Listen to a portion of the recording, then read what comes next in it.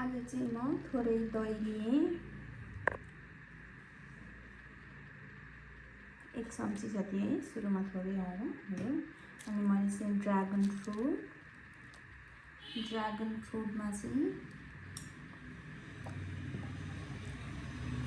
थोरै honey add गर्छु। मैले एलोभेरा, जुन मसँग एलोभेरा नै थियो त्यसरी यसको तासेर बीजको भाग चाहिँ राखेको छु। अनि यसलाई चाहिँ मजाले म्यास गरेर म प्याक बनाउँछु अनि लगाउँछु है। यो प्याक चाहिँ यस्तो भएको छ है। अनि मजाले यसलाई चाहिँ मैले फेसमा लगाएर मजाले रब गर्छु।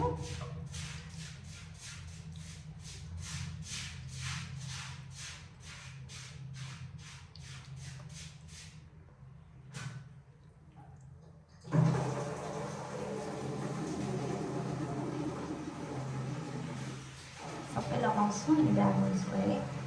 लगाएको प्याकलाई चाहिँ 15-20 मिनट राखेर अनि पखाल्छु। मैले चाहिँ यसलाई चाहिँ एकछिन मजाले रब गरेँ अनि मजाले प्याक लगाएर चाहिँ 15-20 मिनट राख्छु अनि पखाल्छु। कस्तो देखिन्छ अनि अहिले रिजल्ट देखाउँछु है। यो चाहिँ मेरो पखालिसकेपछि ठ्याक्क पखालेर पुस्दैछु।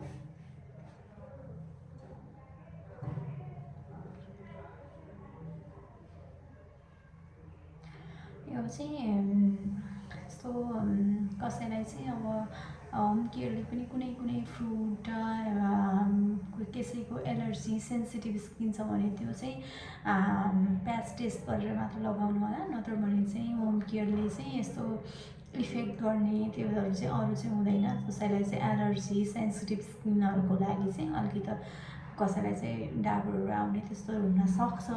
त्यस्तो केसमा मात्र धेरै जसोलाई चाहिँ होम केयरले चाहिँ फाइदा नै गर्छ। मैले देख्न सक्नुहुन्छ मेरो ग्लो है। अनि त्यसपछिको त्यो युज गरिसकेपछिको यो चाहिँ बाहिर लाइटमा खिच्दाखेरिको, यो चाहिँ जस्ट प्याक लगाए पछाडिको इन्स्टेन्ट रिजल्ट हो है। मेरो बेबीसँग पनि मैले खिचेको भिडियो। Thank you.